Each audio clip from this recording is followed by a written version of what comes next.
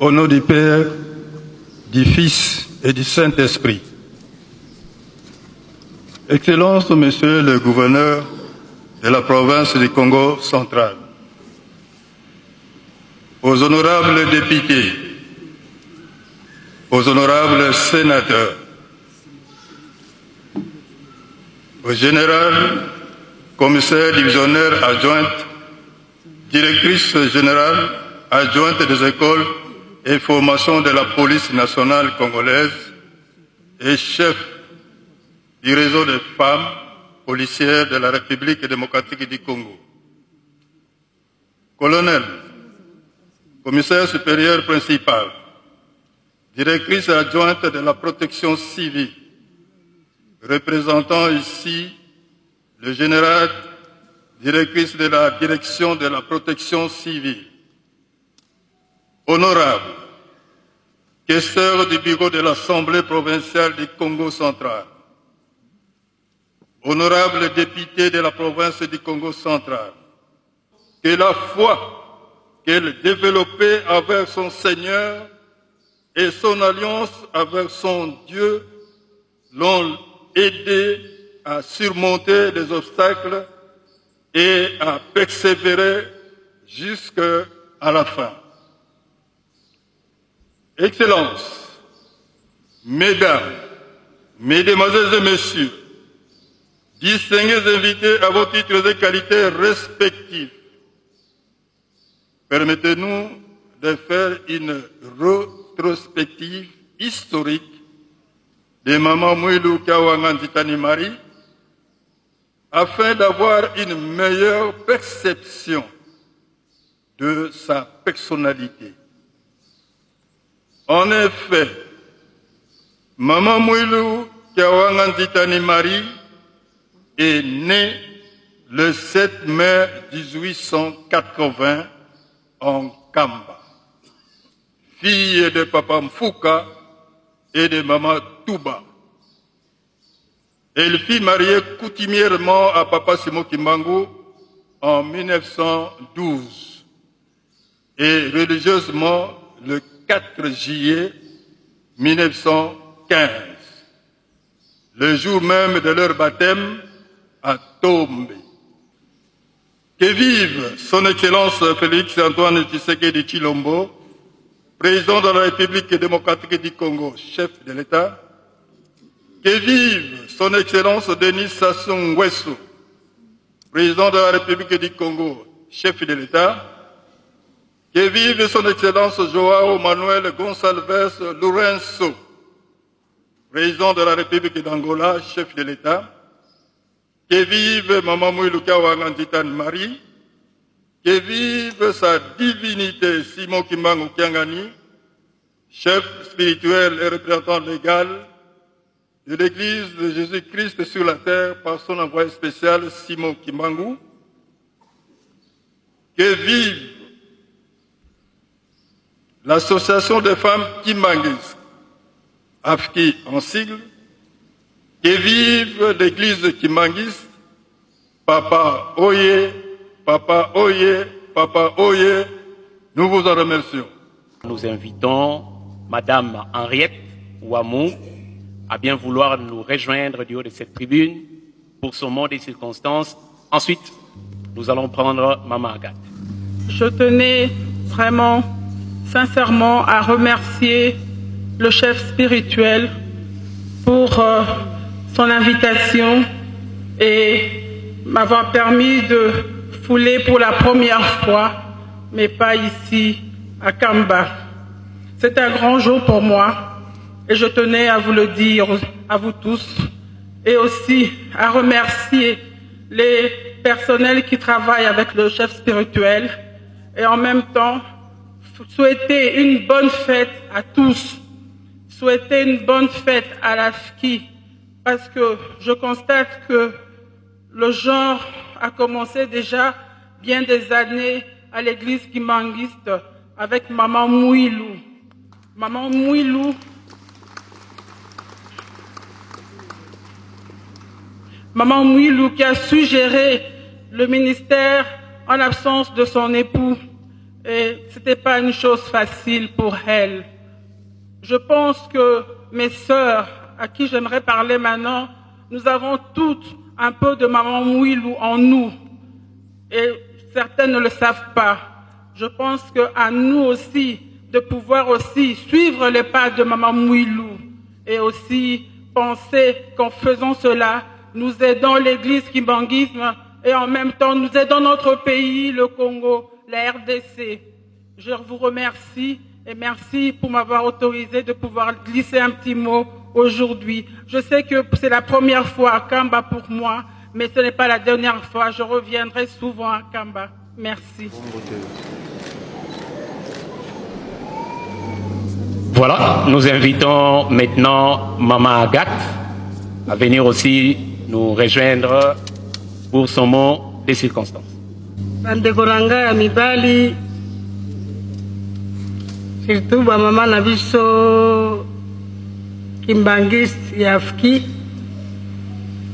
bapesi bino nyonso mbote na kombo ya Papa Simon Kimbangu.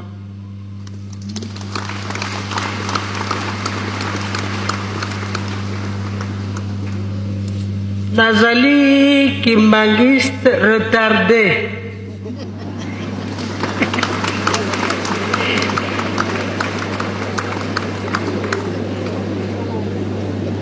Parce que le kimbanguisme me fréquentait depuis des années. Le kimbanguisme a commencé à me fréquenter par Papa Zako. Il était à Lubumbashi étudiant, mais il venait dans ma maison. Bokanisaka bambula wana oyo azalaki étudiant. Tilelo nakokisi 70 ans. C'est pourquoi la lobby nazalaki kimbangiste retardé. Mais naye kokoma kimbangiste na tango ya Papa Dialungana. Tango toye na muzee Papa Dialungana abengisi ngai. Nalobi ngai église wana nakokende te.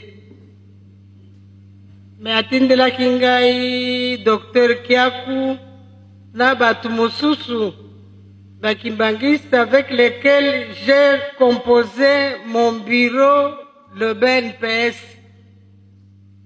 Bakonseiller nanga bazaka bakimbangiste. Alors, par semaine, naza kokende komona Papa Dialungana ata 3 fois. Mais mokolo Papa Dialungana m'avait dit que mon konzina bino boye na ye, soki aye ake na nkamba te, akoumela te. Il ne va pas faire 3 ans. J'ai couru vite parce que je travaillais avec Mzee. J'étais l'unique femme membre du bureau politique à Mzee. J'ai rapporté la parole de Papa Dialungana. Mais comme c'était devant les autres collègues masculins, ils m'ont attaqué parce que j'ai donné cette information-là. Les autres ne me parlaient plus. Parce que comment je peux aller traiter la Batouana, Baza, Bamoboutiste. Je commençais à me battre petit à petit. Mais ce qui n'a pas qui n'a leçon aujourd'hui les lots, la maître Ruth, je n'allais pas me décourager. Mais moi, par contre, je m'étais découragé. Nabandiko Kendekuna en cachette. Pour la nini, ba collègue oyo, ba kosali ngai epa ya mokonzi, ba ya koinanga pamba. Mais motema na ngai, ezaika kotinda ngai na zonga. Mais j'ai entretenu mes relations avec Papa Dialungana. C'est pourquoi si je parle de lui, c'est mon père spirituel celui-là. jusqu'à ce que nazwi décision nalobi non. Papa bola kisangai catéchisme ya Kimbangizi. C'était mon pasteur Yamatadi Mayo, qui malheureusement est décédé, qui a pris ce travail-là de venir pour la Kisanga et le catéchisme ya Kimbangizi. J'ai suivi et Mbalamoko, j'ai décidé de me faire baptiser. Nalandi malongi nangai, nakei, babaptisé nga na centre kuna, et nazali kimbangiste jusqu'aujourd'hui. Kamba naye lelo, je crois pour la 7e fois ou la 6e fois, nalinga kozanga koya wate. Na memaki mwana mokwa wa qui a eu un miracle na mai kuna. Et ça m'a encore renforcé ma foi. Donc tokoki koloba mingi te, ngai eloko nalingi naloba kaka na ba mama. Nakanisi bolandi mama maître Ruth. Moi je suis membre cofondateur de l'UDPS, membre fondateur de PPRD, mais soki natali lutte nangai, je n'avais pas l'histoire de Maman Mwilu. Soki nazalaki na histoire ya Maman Mwilu, ndenge na yokeli yango lelo, je devais être très loin. Je devais être très loin et les hommes ne pouvaient pas me décourager.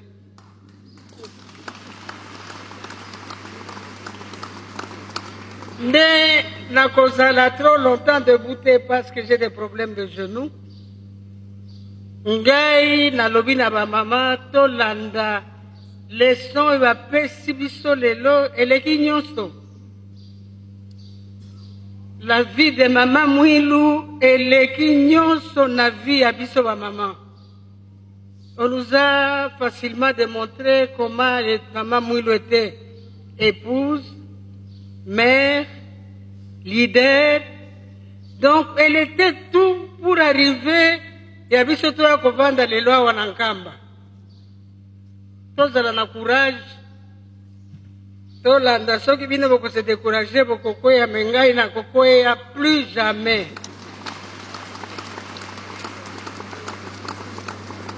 Je serai kimbangiste et je vais travailler aussi comme je suis en train de le faire pour l'église kimbangiste. Et na komema banon kimbangiste belé oyo bazali loin de la vérité. Merci beaucoup.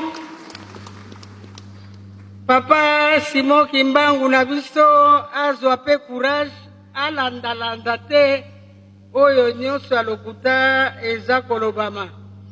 Ayeba ke aza deja na bana na ye oyo balingi kolanda ye, balingi kosala na ye. Ya mwana pe Molimo Santo.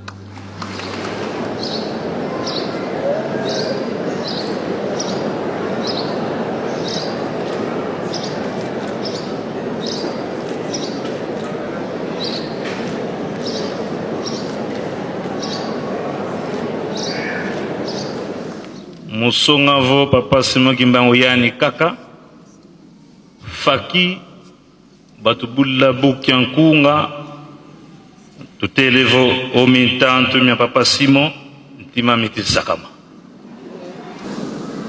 mundinga jizoli vovila mukikongo bwesa balula mukingala tuka 1921 nkaketo sidieto Nkulu eto Papa Simon Kimbangu les prophètes unu kiki wana yetu yaka Papa Simon Kimbangu kiangani iyani kwa nikabwako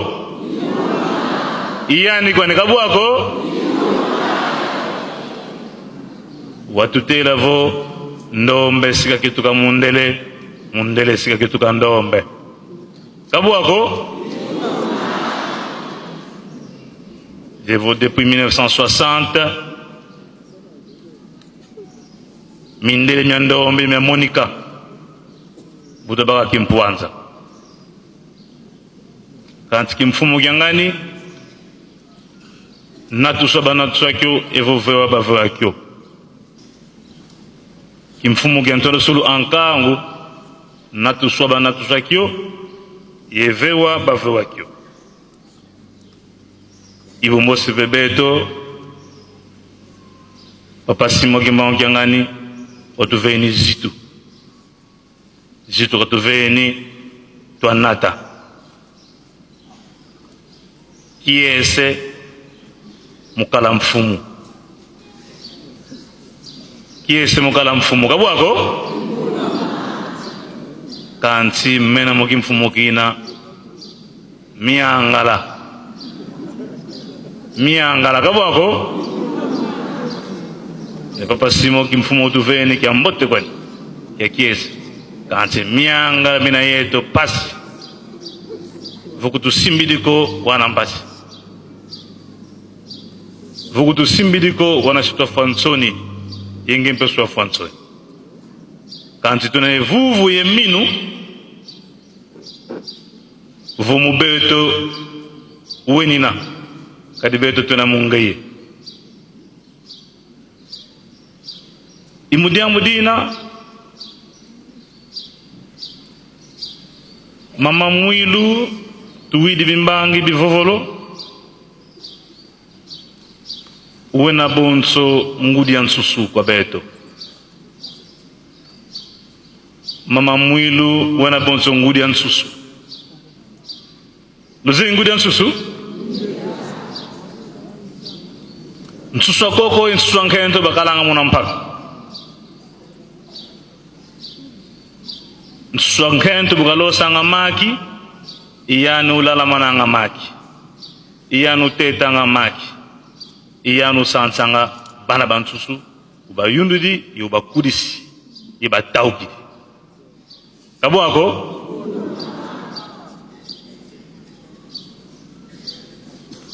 fani kyokyo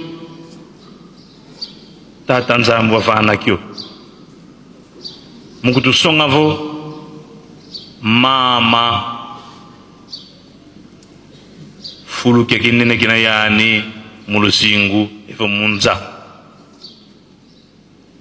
afki oye afki oye afki oye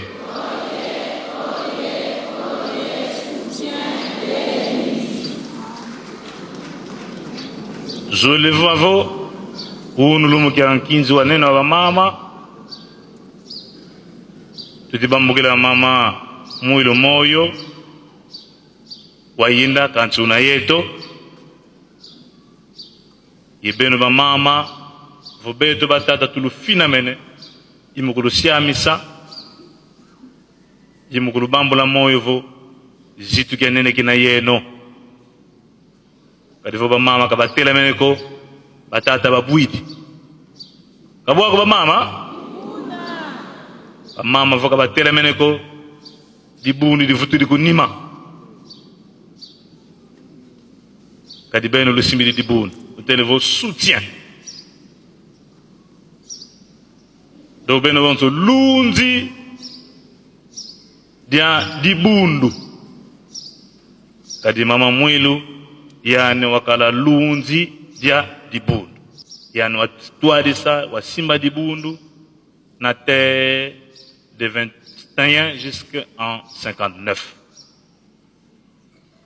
kakiese ko batele vo mwana nkento katunga ngavata ko nanu atam mama mwilu uvanga le contraire kadi voka yani ko kizeko nkamba ketinkiwa sola kituka mambo voka mambo ko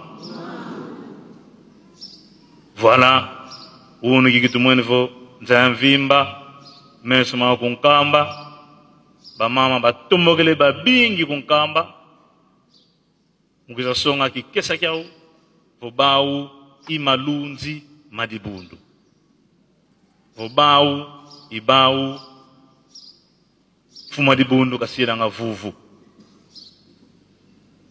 ili na beto mpe kuluyalu tukakona mfumu ansi tata Felix Antoine Tshisekedi Tshilombo yembanda mane za ontu note beto mona ba territoire mu secteur tuena tutulanga vuvu mu dibundu diati kadi devise imose dibundu ya kimangisme zisalo yalu zisansigumia ntatanzana kadi yalu inzambi ntoto kabwako uwele kwa bankaka abavuva boko mevo wizili kuku luyalu zeitoma zituswa ili navo muntu kuziti sakana fetu kumvutilanga mpelu zitu la fuana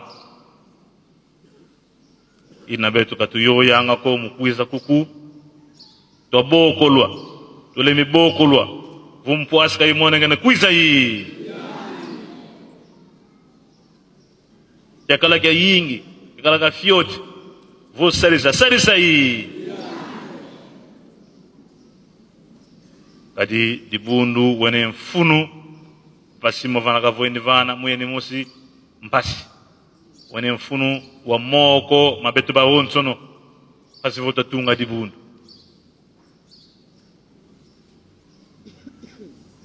ilina ba mama bene ba wonsono mu afki lutugiri mufulu bya mpila munzaya mvimba luzaya vo luyalu wene na kintuadi mazuzi tokele kuboma tata président de la République tuanzai sivo bukotele mugimfumu vokotele kunkamba kompasi tuwiri kimbangi kitele baba mama agati mulimbi kimbangi ya nene kina mbigudulu yina kabwako tolombele kwa président de la République muna agenda ani kavanga lozolo mvua wo kaumaniko kalua ka muntu tumya nkamba kadia tantoto mya yeton tantele va kutu vaut dans 2 ans centenaire dans une année et demie centenaire et debout ya niveau mono kilin sakondo foti kakakala kuna mulumuki kadinza mvimba kukusiaka kakese ko na butumueni matumueni unu beno mama lu tombokele konkam beto rapport vana yi kiese keto monavo nguriza nsusu zitisansa bana ziteta maki zitana bana ibeyo no nguriza nsusu ubeyo no kaluna ko beto mpasi na lubaki boye lelo eza mokolo monene na mboka na biso ya Congo po ete mama Mwilu alakisaki ete ye azali likonzi ya libota na lolenge abatelaki mosala ya mobali na ye uto 1921 ti na 59 na lobaki ete na balabala tolobaka basi batongaka mboka te kasi mama Mwilu alakisaki le contraire pendant 38 ans asimbaki bendele ya mosala ya mobali na ye soki ye azalaka te soki alembaka soki azongaka nsima mbele lelo toza na bakondition oyo te eza boye te yango nazwaki lisese nalobi ete soso na kati ya ndako ntango abwaki maki na ye avandelaka maki na ye ateti yango mpe azokoprotege bana na ye soso ya mwasi ma ya mobali soki atieka maki na ye ye wana akei elingi koloba ete bamama en général bozali na importance monene na kati ya société na biso. Soki bino bozali te pasi. E mama Mwilu alakisaki elembo wana. Balobi na biso genre e banda awa na Nkamba. Effectivement. Parité e banda awa. Biso mibali totiaka lolendo te. Tozala na limemia. Ya kozala elongo na ba mama po tosungana. Nalobaki ete ba mama ya Afiki, ba mama ya kimbangisme, baza na détermination makasi. Po ete bazali soutien to likonzi ya lingomba. Bango nde basimbi papa Simon Kimbangu Kiangani. Soki bango balembi, lingomba elembi.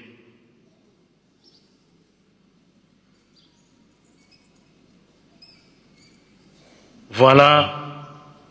Maye tozaki nango ya koloba pona kolendisa ba mama na mokolo lelo pote liloba oyo ya papa Simon Kimbangu, l'envoyé de Jésus-Christ awa na mokili, etambola mokili mobimba, evanda mokili mobimba, bandima yango, bato continue kondima yango, ba continue kondima yango. Toyoki ba antillese bazali awa, ba mona bilembo makamwisi. Eza esengo, peza kolendisa, biso banso. Tolobi ete mokonzi ya mboka Félix Antoine Tshisekedi Tshilombo ayebi lingoma oyo bien.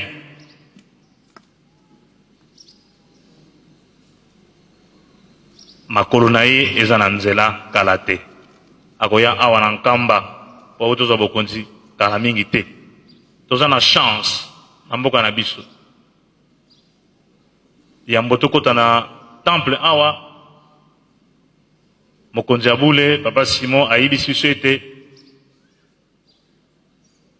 toza na bato mibale na mboka na biso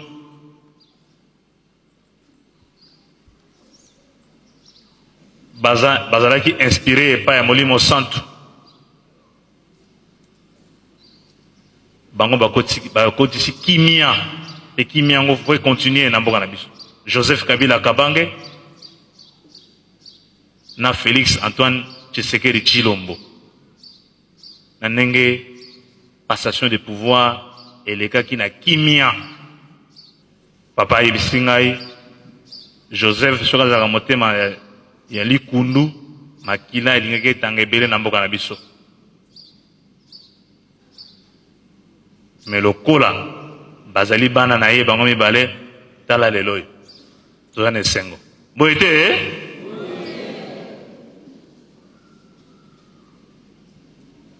kimia wana oyo toza nango eziwuti awa na Nkamba. Kibokonzi pe eutaka awa. Olingo kwa mokonzi yaka awa.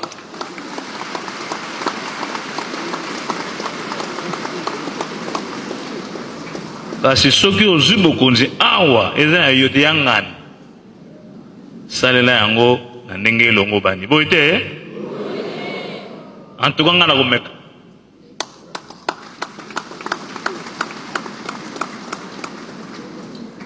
Parce que soki obebisi kolo tonga abotoli tonga kolo tonga ye wana bomoni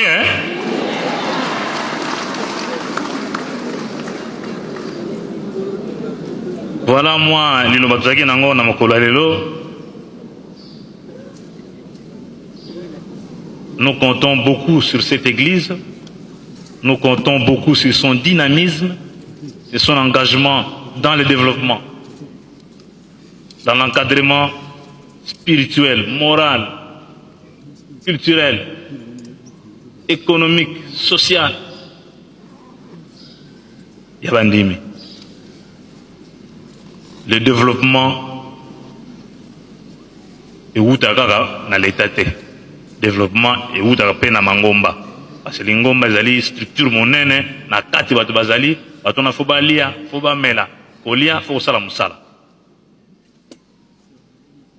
Soki tozo tonga musée toya kosala misala comme mazelo mabanga mai mais soki na libumu eloko eza te parce ekoti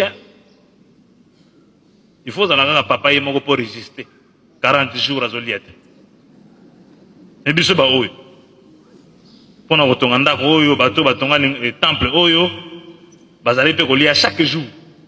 Ça veut dire kosambela na kosala sambila sala.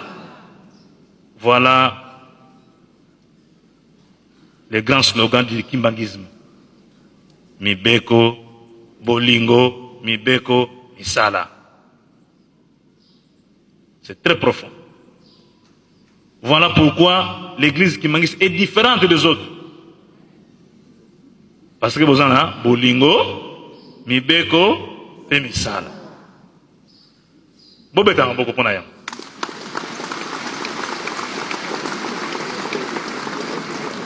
Voilà, moi le batuzaki na yango wana okumba tata mwana pe molimo santo. Amen. Samaboko petotunda mainyonso toyoki tata gouverneur ayebisi biso na kombo ya tata mwana pe tata molimo santo. Na kombo ya tata ya mwana pe tata molimo santo.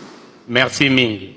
Biso pe tosukisi awa na kombo ya tata mwana pe molimo santo. Amen.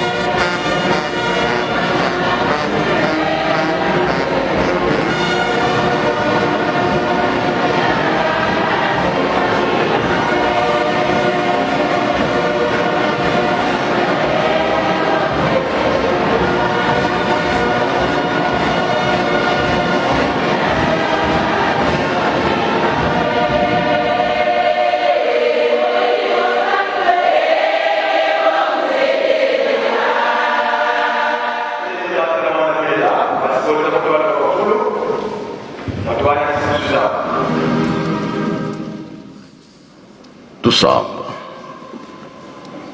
entsambu za mfumo wetu Yesu Kristo yezola kwa nzambi wasiditu yeuntua lya mwanda velela bika kalanga yetu tukawa kwa yelemvu se mwane mwanda velela. Amen. Bon.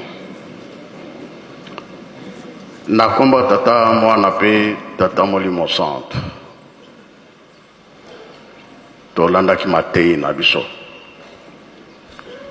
ye mutatei biso abandelaki na banzembo ya bayuda ake na mibeko mikanda na ye ya suka toyoki tobomba tosalela mpo na mokolo wana tobika. Topesi merci na tata gouverneur yende aye kolakisa elongi ya tata président. Topesi pe merci na bainvité na biso ya l'État pe ya mangomba pona nini toye pona mama Mwilu. Mokolo wana ezalaki ya pasi na 59 mais lelo oyo ezali ya mabondeli pe kokanisa mpona bongo. Merci biso bato ye korépondre tobengami na mama Mwilu na bongo mabondeli na biso mpona kimia.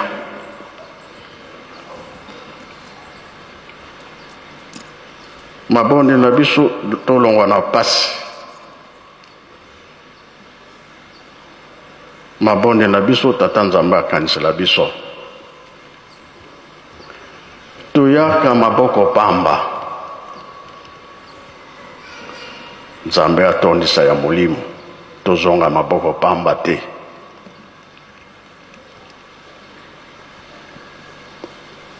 Pasi ya mama Mwilu ezali mpona ye te tokoma bato. C'est vrai bamonaki pasi na bapapa mpona mosala ya nzambe toujours ezalaka ya pasi, me bisengo ezali soki tolongi kolonga ezali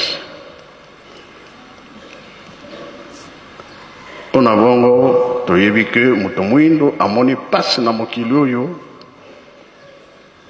Boloko ya moto mwindo 4400 ans, kasi nzambe akanisila biso, ayokaki kolela na biso na 1887 tata Simon Kimbangu abotami.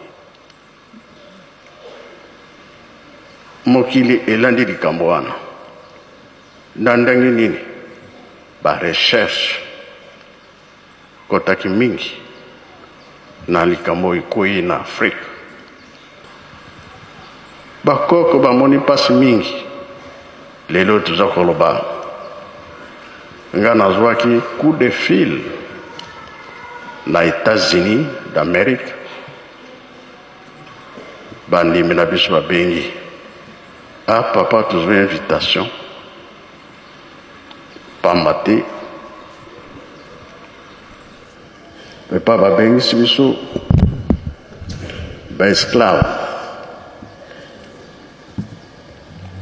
na le 20 août.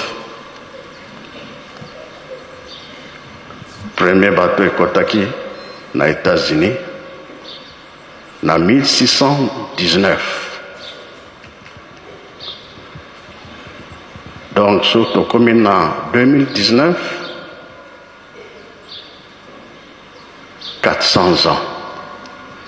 Donc année Oyo, 400 ans. Ndenge Oyo bana Israël, basalaki na Égypte. Malgré les lekanaki que 430 ans, on a eu préparation à Moïse. Bongo place où bakomelaki premier bateau, ba prière kozala wana. Lingomba ya tata Simon Kimbangu ezanga te. Tokoloba kaka na bandimi oyo baza na Amerique. Bakoma esika wana. Na teni na biso bamonake bango oyo bakimbangisi. Bango bie bango te. Likambo wana nani ayebaka yango. Koleliki na Portugal ezaki na 2011 na bosanité le 25 mai. Ministre ayaki pa na biso kuna lingoma na Portugal Lisbonne. Ministre ayaki kuna pesaki nzela biso yaya Marie Mwilu mutazalaki mama kina te bakendaki na ndako oyo ba esclave baza kobomba bango kuna nde bapesaki aveni Simon Kimbangu. Fete ezalaki makasi ezolakisa ke likambo eza na maboko na yo. Mabonelo topesaki eza ya pamba te. Nzambe alakisa bokasi na ye nguya na ye moto mwindo mpe asepela. Toza kokende bie toza kokende te.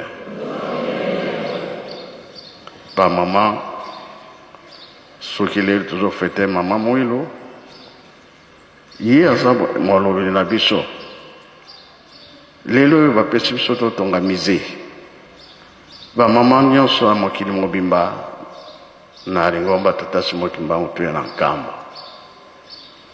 Programme ya mize ezali programme nzambe apesaki. Ndenge tolobi ke le 6 avril 2021 ekofungwama libela po ete mokili mpe baya. Comme ça nzambe atie biso na esika na biso ya liboso. Soki Jésus-Christ azali nasengi nzembo likambo ekwei na Afrika, likambo ekwei na Congo. Congo mosusu te oyo, pamba te toyebi ke Angola Congo, RDC Congo, Congo Brazzaville Congo pe yango totikanaka te, eza na programme ya tata Nzambe Jésus-Christ. Tokokenda biso molai te po lere tokosala ntsinsani mpe lelo nde tokobanda oyo nyonso toye na ngomba mama tosala makasi mize esila ekosila bie ekosila te banani bakosilisa yango bino banani ebongo batata batikali wapi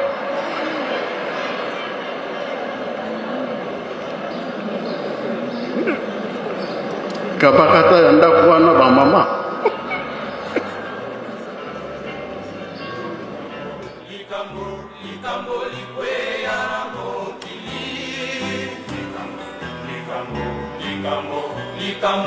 likambo likwea na Afrika,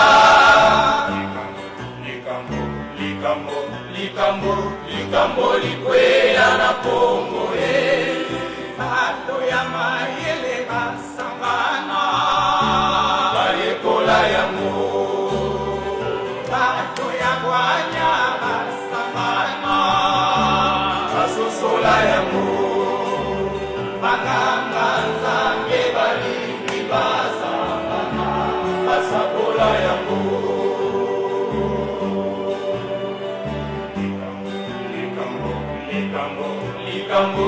Likambo likwea na mokili, likambo likwea na Afrika, likambo likwea na Kongo, bato ya mayele basangana bayekola yango, bato ya kwanya basangana basosola yango, bakanga Nzambe balingi basangana basakola yango. Likambo linene likwea na mokili, lilingilisa pamalu liye likoma mauta kana na mokanda mwa Nzambe. Nzambe akokita kupanda na bato na esika moko.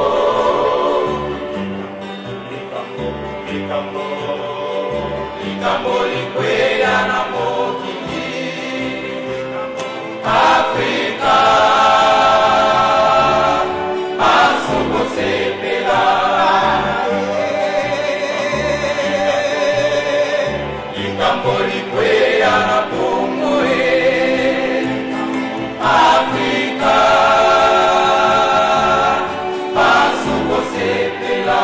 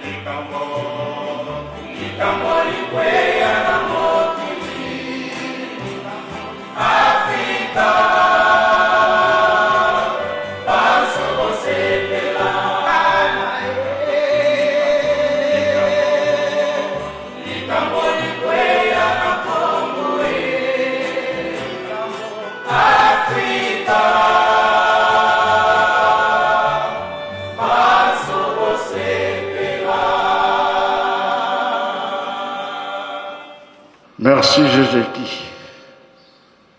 Makambo mazali. Liboso pasi bisengonde yaka. Mama mwila mwana kipasi. Pona nini likambo ekweya na Afrika. Likambo ekweya na Congo. Bakoko bamoni pasi. Batata bamama bamoni pasi. Likambo ne bomba mabanda kala. Eza na kati na Bible. Nzela tuzokolanda eza ya solo esengo ekozala pasi ya mama mwilo tuyambaki ambassadeur moko ya États-Unis ayaka avisite nkamba tokomi na ngombe kinsuka na cimetière ya mama mwilo tuyibike biso bandimi ya tata simoki mbango tolongolaka sapato esika mabondeli ezali pamba te Moïse ntango amataki na ngomba moto ezali kopela ntango akomi wana nzambe alobi na ye longola sapato place yo ozali eza ya petwa yango biso na ndako ya nzambe ye esika likambo ezali ya nzambe tolongolaka sapato mundele atali ngai nalongoli sapato nalobi non yo lata sapato parce que place oyo mabanga ezali alobi nanga bongo yo pwana ya nini olongoli nga mpe nalongoli nsima nango atali foto na place ya kala mama mwilango mikitsuka foto eza wana na porte atali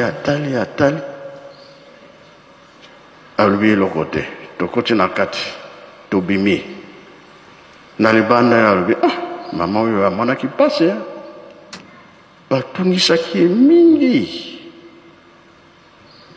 nga na motema no ye ayebi longo ndenge nini azalaka te me ndele ye amonaka mosika alobi nanga mama amonaki pasi me ye azalaka te likambo ya 21 te ntango aye kotika biso ayebi longo ndenge nini me amonaki nsima ntango tozongi na nkamba akoti mozole abimi alobi na nga oyo bilamba oyo nakotaki yango na mama mwilu te na mozole awa soki nakomi na ndako nalongoli yango na bombi na ntango apasi ya likambo nake kosimba tala kondima ya boye mundele ngalobi ya solo ya komi na point wana yango tolobi totonga nano Yerusalemi likambo oyo ekweya na Afrika pa ya ngai na yo likambo oyo ya biso nde tokobatela yango bato ya mokili bakoya kotala bakoya kotuna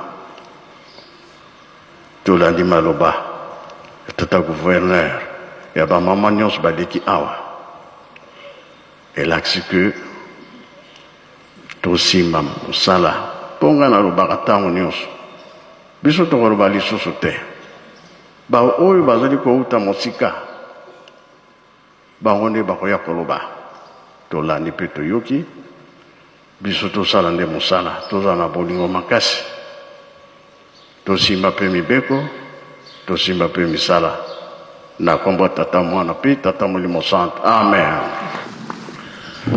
Unazola kwangese ye mwana tata mwanda velela bika twatonda nsikusuza tata mwanda velela mukumbu tata vela mukumbu ase ye mwana ye tata mwana